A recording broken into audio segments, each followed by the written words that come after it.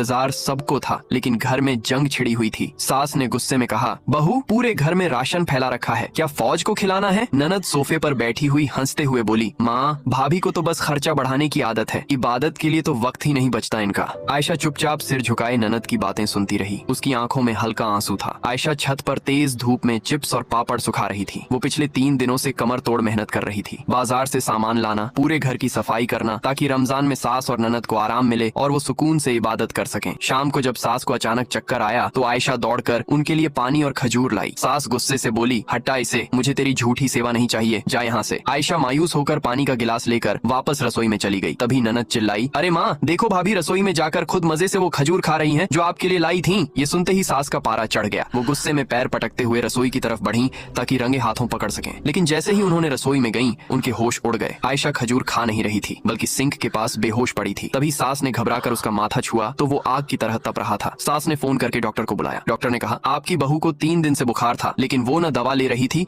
और न आराम कर रही थी। होश में आते ही आयशा ने सबसे पहले पूछा, माँ जी आपकी सेहरी के लिए मैंने दही जमा दिया है, आप ठीक तो है ना? सास का पत्थर दिल ये सुनकर पिघल गया। उन्होंने रोते हुए आयशा को गले लगा लिया और ननद शर्म से पानी पानी हो गई। जो अपनी तकलीफ भूलकर दूसरों का ख्याल रखे वही असली इबादत है।